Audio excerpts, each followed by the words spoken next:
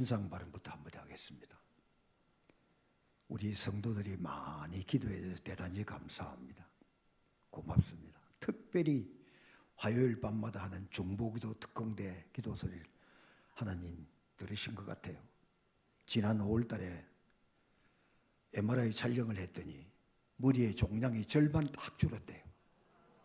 기적입니다, 이건. 그 교수도 깜짝 놀랐어요. 처음에 제가 가니까 교수님 말하고 이 병은 평생 짊어지고 가야 됩니다. 그런 얘기 하더라고요. 이건 낫는 병이 아닙니다. 그런 이야기를 했어요. 그런데 1년 딱 지나고 나니까 절반이 딱 줄어버렸어요. 교수도 깜짝 놀랐던 거예요. 그래서 내가 속으로 그랬죠. 우리 성도들의 기도 덕분이지 네가 뭐 잘한 게 있나? 속으로 그랬습니다. 기도 많이 해줘서 대단히 감사합니다. 앞으로도 계속 기도가 필요합니다. 요즘은 제가 나이가 한 살씩 좀 어른들이 많은데 이야기하기 좀 미안한데, 그러니까 매주 2번씩 올라가서 한 달에 두 번입니다. 2주 만에 한 번씩 올라가서 항암 주사를 맞으려고 그러니까 체력이 제대로 바탕이 안 돼. 이게 참 힘들어요. 갈수록. 또 항암 주사를 맞고 나면 입맛이 떨어져 아무것도 먹고 싶은 것이 없어요. 전혀. 어떤 때는 음식 냄새도 맡기 싫을 때도 있어요. 그게 이제 제법 힘든 것 중에 하나입니다. 제가 우리 박재범 주사 위에 기도를 많이 하거든요. 암에 걸리다 해서. 그래서 제가 같은 병을 앓는다고 제가 걱정을 많이 하고 기도합니다. 체력이 뒷받침해야 치료가 됩니다. 그래서 박재범 지사님을 기도할 때는 반드시 입맛이 좀 땡기도록 기도해 주세요. 입맛이 땡기고 밥을 먹지. 입맛이 없는데 무슨 밥을 먹습니까? 안 돼. 그러면 치료가 안 돼요. 입맛이 땡기가 맛있는 것이 있어야 자꾸 먹어야. 그래야 체력이 유지되고 치료를 받을 수가 있습니다. 감사합니다. 기도 많이 해서 기도하겠습니다. 하나님 아버지, 허물도 많고 부족한 것이 이 시간 말씀을 들고 섰습니다. 죄인은 감추시고 성령님 오셔서 말씀의 기름을 부어 주시옵소서. 가물어 메마른 땅에 단비를 부어 주시옵소서. 우리의 메마른 심령에도 성령의 단비를 부어 주시옵소서. 말씀을 들을 때마다 마음의 문이 활짝 열려서 한마디 한마디가 하나님 마음밭에 심기워지도록 복 내리워 주시옵시고, 하나님 부족한 종을 감추시고 성령님의 쓰시는 도구로만 만들어 주시옵소서. 예수님 이름으로 감사하며 기도 올려옵나이다. 아멘.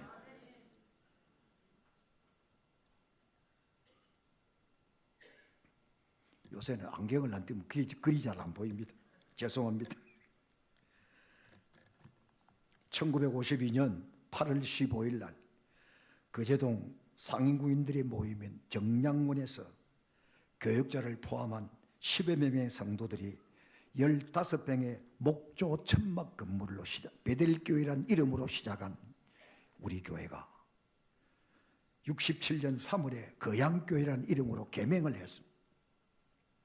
그리고 99년 10월 달에 이곳에 성전을 지어서 지금 선교사들을 돕고 미자리 교회들을 돕고 섬기는 그런 교회로 많이 성장했습니다. 한때 우리 교회가 너무 어렵고 힘들어서 폐지까지 그런 이야기가 있었다 그래요. 그래서 거성교회하고 합치자는 그런 말까지 있었다고 합니다. 얼마나. 그런데 하나님이 크신 은혜를 베푸셨어요. 그런데 그런 중에 우리 성도들 믿음도 많이 자랐잖아요. 그 상태에 머물러 있지 말고 오늘 히브리서 기자는 성경을 통해서 뭐라 그럽니까? 더 좋은 믿음으로, 보다 더 좋은 믿음으로 성장해 가라는 거예요. 오늘 히브리서 기자가 설명합니다.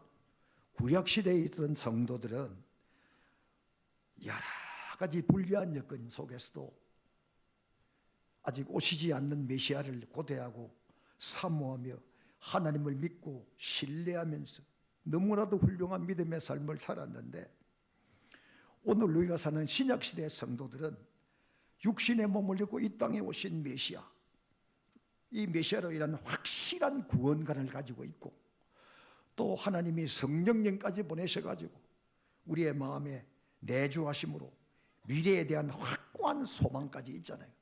이런 믿음을 가지고 있기 때문에 구약시대 성도들보다 더 훌륭한 믿음의 삶을 살아가라 라고 강조하고 있습니다. 그러면 구약시대 성도보다 오늘 우리의 믿음이 좀 더 좋은 믿음으로 살아갈 수 있게 하는 방법이 무엇입니까? 오늘 조금 전에 우리 목사님이 봉독해 주신 본문 말씀 속에 몇 가지의 진리가 있습니다. 오늘 우리 거양교회 74주년 창립주일을 맞이해서 오늘 말씀 속에서 몇 가지 은혜를 받고자 합니다. 첫 번째입니다. 한번 따라하겠습니다. 무거운 것과 얽매이기 쉬운 죄를 벗어버립시다. 힘이 많이 없습니다. 저는 지금 다리가 두들겨 떨리는데, 그래서 지금 이걸 버티고 있습니다. 많은 분들이 힘이 그리 없으면 목사님 위에서 설교하기가 자신이 없어요. 한 번 더 합시다. 무거운 것과 얽매이기 쉬운 죄를 벗어버립시다. 1절 중반절입니다. 모든 무거운 것과 얽매이기 쉬운 죄를 벗어버리고 라고 했습니다. 보다 좋은 믿음, 훌륭한 믿음의 삶을 가지기 위해서는 먼저 무거운 짐을 벗어버려야 한다는 것입니다. 예수님께서 마태복음 11장 28절에 우리에게 이런 요구를 하십니다. 같이 읽겠습니다. 수고하고 무거운 짐인 자들아 다 내게로 오라. 내가 너희를 쉬게 하리라. 예수님이 일일이 두 팔 벌리고 초청합니다. 무거운 짐 가지고 오라. 무거운 짐 가지고 오라. 내가 너희를 쉬게 해주겠다. 내가 너희를 쉬게 해주겠다. 다시 보겠습니다. 시편 55편 22절입니다. 같이 읽겠습니다. 내 짐을 여호와께 맡기라. 그가 너를 붙드시고 의인의 요동함을 영원히 허락하지 아니하시리로다. 아멘. 여러분 가지고 있는 무거운 짐들, 삶의 짐들, 걱정, 염려, 근심의 짐들, 자녀의 짐들, 삶과 생활의 모든 짐들 다 여러분 주님께 맡겨버리라니. 맡긴다는 말은 기도로 둘둘둘로 굴려서 하나님께, 예수님께 줘버리는 것을 말합니다. 내가 가지고 여러분 그 짐을 져보세요. 안 됩니다. 그러면 이 무거운 짐이 나를 짓눌러 가지고 그때부터 여러분 입술에 감사가 사라지고 찬송이 사라지고 기도가 없어져 버려. 기쁨이 상실돼 버리는 거예요. 지금 여러분 왜 기쁨이 없습니까? 무거운 짐이 짓눌러서 그래요. 여러분 왜 감사가 없어요? 무거운 짐이 계속 짓눌러서 그래요. 그걸 주님께 맡겨버리라는데 왜 안 맡기고 지고 있습니까? 그러니까 이런 짐이 나를 짓누르면 정상적인 믿음의 삶을 올바로 살아갈 수가 없어요. 이 주님이 무거운 짐들을 우리 주님께 맡겨버려야 우리가 힘을 얻고 편안한 가운데 보다 더 훌륭한 신앙의 삶을 살아갈 수 있게 되는 것입니다. 뿐만 아닙니다. 우리들의 믿음의 성장과 전진을 방해하는 죄를 벗어버려야 합니다. 이 죄라는 성질은 한 번 범하고 나면 우리들을 그 자리에 꼼짝달싹하지 못하게 얽어매는 성질이 있습니다. 그래서 믿음으로 전진하기도 못하게 하고 양심의 가책을 느끼게 하고 힘을 잃어버리게 하여 결국은 자포자기해 버리게 만듭니다.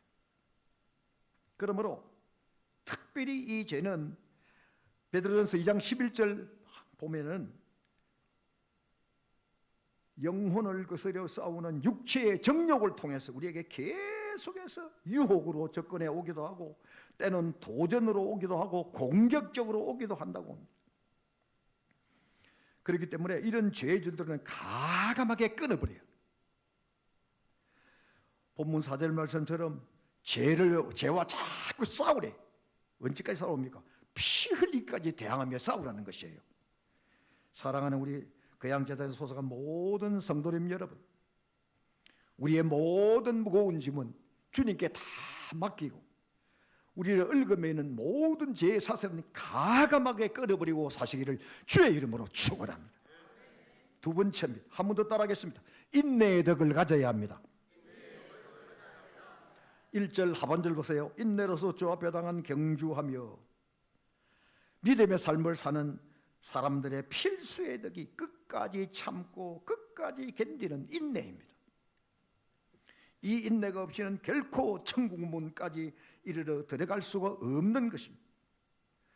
여러분, 운동선수들이 금메달 하나 바라보고 연습하고 있을 때 그들에게 물어보면 자고 싶은 잠 한번 실컷 못 잔대요. 먹고 싶은 음식 한번 실컷 못 먹는데 왜? 체중 조절을 해야 되니까. 하물며 우리는 하늘나라의 영광스러운 멸류관을 바라보고 하늘나라의 영생을 바라보고 사는 성도들 아닙니까? 이 세상의 고통, 어려움, 주음은 끝까지 참고 견디는 인내를 온전히 이루어야 하는 것입니다. 오늘 본문 2절 하반절에 보면은 히브리서 기자는 예수님의 인내하는 덕을 이렇게 설명하고 있잖아요. 이 땅의 모든 죄인들을 죄에서 구원하여 하나님의 자녀가 되게 해주시려고 사람의 몸을 입으시고 이 땅에 오셔서 우리들의 죄를 죄값을 대신 갚아주시기 위해 십자가에 달리셨어요. 못을 박히시고 창을 찔리시고 온갖 보혈을 다 쏟으시고 그 고난 고통을 당하시고도 끝까지 참고 끝까지 견디셨습니다. 온갖 멸시와 천대 희롱을 받으시고도 그 큰 능력을 가지신 하나님이 끝까지 잘 참아주시는 인내의 덕 때문에 오늘 우리들의 구원이 완성된 것입니다. 만약에 이때 예수님이 참질 못하고 인내하지 못했다면 우리의 구원은 없습니다.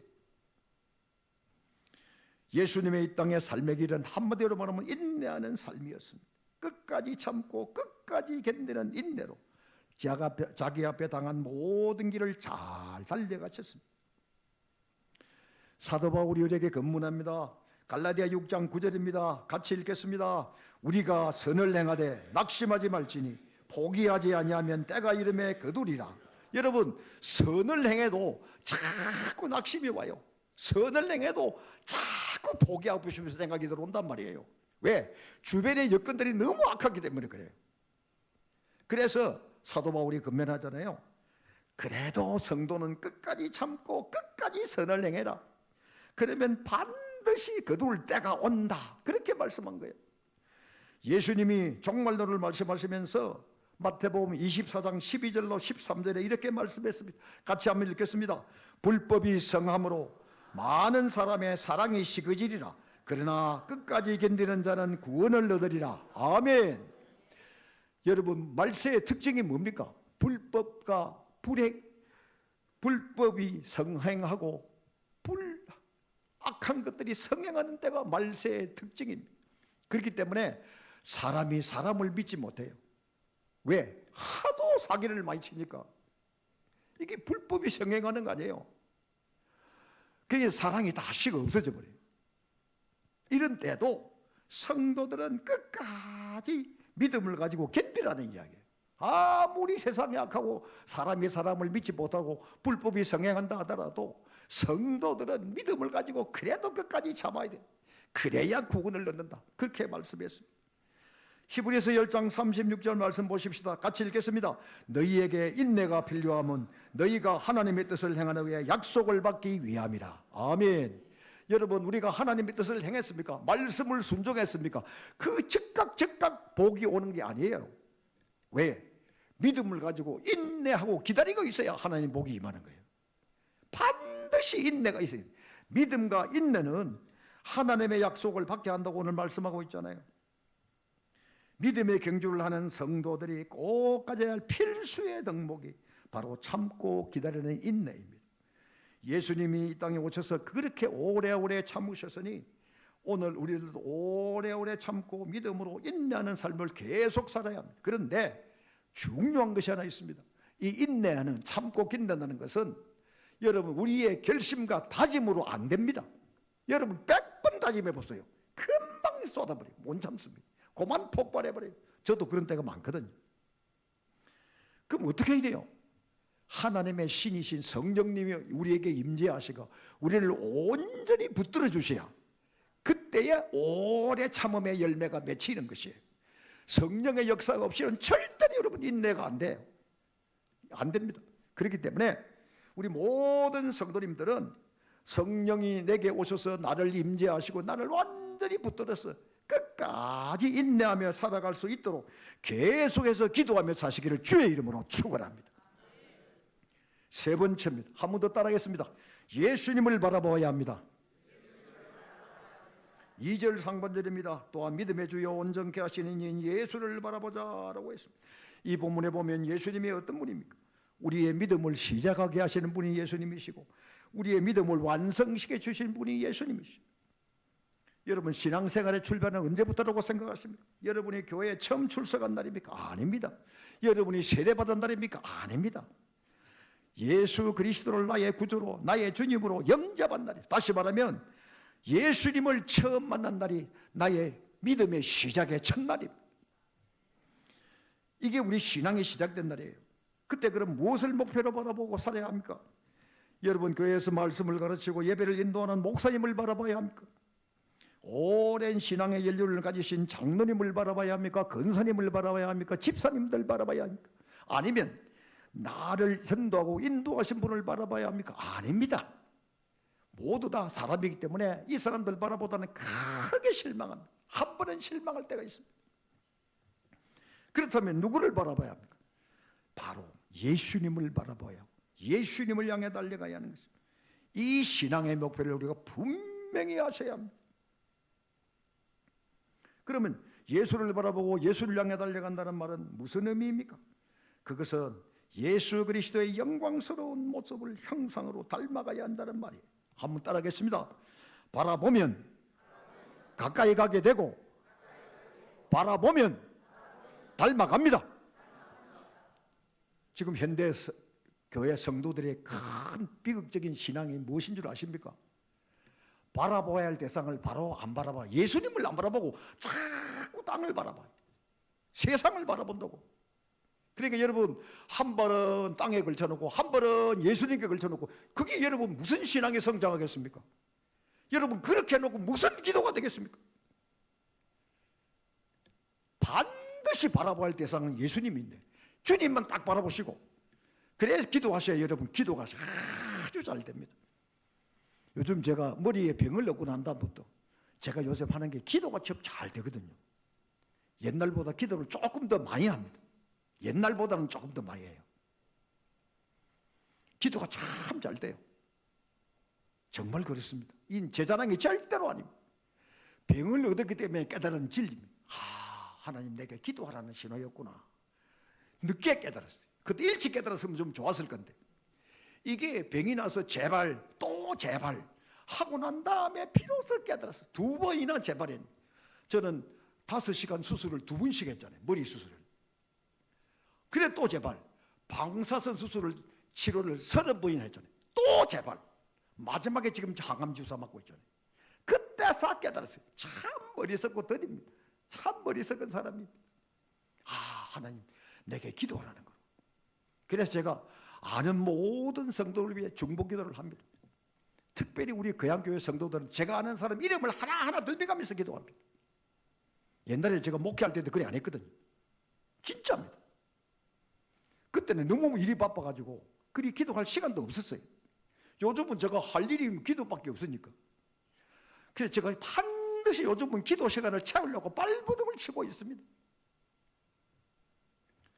어리석어. 참 어리석어. 양다리를 걸쳐놓으면 안 돼요. 주님만 딱 바라보셔야 돼요. 나 같은 죄인을 사랑해 구원해 주시려고 십자가 위에 고통과 고난을 당하시고 죽으신 그 놀라운 은혜의 하나님 예수님, 그 예수님을 바라보고 그 예수님을 사모하고 그 예수님을 닮고 싶어하는 열망이 우리 속에 넘쳐야 해요. 예수 그리스도는 우리 신앙생활의 유일한 목표입니다. 그러므로 그 예수님을 바라보고 그 예수님을 사랑하고 그 예수님을 닮아가는, 그래서 하나님께 영광을 돌리며 사는 우리 모든 성도님을 다 되시기를 주의 이름으로 축원합니다. 네 번째 마지막입니다. 한 번 더 따라하겠습니다. 이 믿음의 길에는 분명한 보상이 있습니다.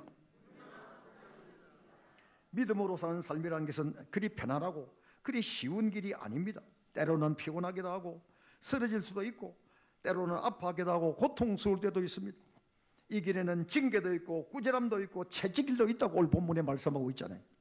그렇다면 이런 징계와 꾸지람과 채찍질과 같은 아픔과 고통스러운 가운데서 이 믿음의 삶의 길을 계속해야 할 값어치가 있습니까? 그렇습니다. 있습니다. 이 믿음의 삶이 끝났을 때 우리에게 영광스러운 보상이 기다리고 있기 때문에 예수님의 경우를 보십시다. 본문 2절 하반절에 그는 그 앞에 있는 기쁨을 위하여 십자가를 참으사 부끄러움을 개의치 아니하시더니 하나님 보좌 우편에 앉으셨느니라고 했습니다.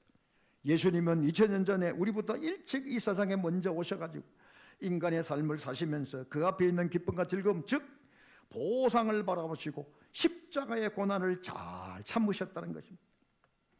골고다 언덕 저 너머의 부활의 영광을 바라보셨고 자기가 십자가의 지심으로 온 인류가 죄사함을 얻고 새로운 역사가 도래함을 바라보셨기 때문에 그 십자가의 아픔과 고통을 잘 견디신 것입니다. 그 결과를 보십시오. 마침내 우리 주님은 이 삶을 다 마치시고 하나님 보좌 우편에 앉으셨다고 성경은 말씀합니다. 성자 하나님 신성의 거룩한 자리에서 온 인류를 통치하시고 만유를 통치하시는 전능하신 하나님으로 복귀하신 것입니다. 히브리 11장의 믿음의 선배들이 죽음과 역경과 고난을 견디면서 승리의 삶을 살 수 있었던 비결이 무엇입니까? 상 주시는 하나님을 신뢰하고 믿었기 때문에. 히브리 11장의 중요한 기절이 히브리 11장 6절 말씀입니다. 우리 같이 한번 읽겠습니다.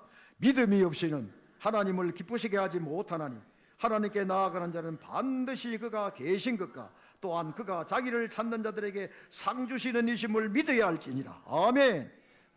분명합니다. 하나님은 분명히 살아계십니다. 하나님은 자기를 찾는 자들에게 복을 주시고 하나님은 자기를 찾는 자들에게 응답도 주시고 하나님은 자기를 찾는 자들에게 상을 주시는 분이십니다. 그러므로 오늘 우리들의 믿음의 삶은 결코 헛된 일들이 아닙니다. 이 삶이 끝나면 영광스러운 보상이 예비되어 있습니다. 사도 바울이 그 인생의 서강에 이렇게 고백합니다. 디모데후서 4장 7절로 8절입니다. 같이 읽어보겠습니다. 나는 선한 싸움을 싸우고 나의 달려갈 길을 마치고 믿음을 지켰으니 이제 우리는 나를 위하여 의의 멸류관이 예비되었으므로. 이거는 사도 바울뿐 아닙니다. 오늘 우리 모든 성도들에게도 분명한 보상이 있습니다. 이 사실을 명심해서 어떤 어려움과 어떤 힘든 일과 고통스러운 일이 있다 하더라도 끝까지 참고 견디고 인내하며 더 좋은 믿음의 길을 계속해서 걸어가야 하는 것입니다. 사랑하는 우리 모든 거양들에서 소속한 성도님 여러분, 지나간 과거는 다 잊어버립시다. 이제부터 더 좋은 믿음의 삶을 살 수 있도록 새로운 결단과 새로운 다짐을 하십시오. 무거운 염려, 걱정, 근심의 점은 주님께 다 맡겨버리고 얽매기 쉬운 죄는 가감하게 끊어버리고 어떤 어려움과 고통과 끝까지 참고 견디는 인내하는 덕을 잘 이루셔 예수님을 바라보고 예수님을 생각하고 예수님을 닮아가는, 그래서 성도에게 오는 고난을 사랑의 매로 받아 낙심하거나 절망하지 마시고 하나님이 예표하신 풍성한 보상의 축복을 다 받아 누리는 우리 모든 성도들이 다 되시기를 주님의 이름으로 축복하고 합니다. 하나님 아버지, 부족한 것이 하나님의 말씀을 대신 전했습니다. 우리 성도들의 마음밭에 이 말씀이 잘 심기어져서 하나님께서 보시기에 보다 좋은 믿음이다 인정받고 사랑받는 귀한 성도들이 다 되도록 복을 나리워 주시옵소서. 예수님 이름으로 감사하며 기도 올리옵나이다. 아멘.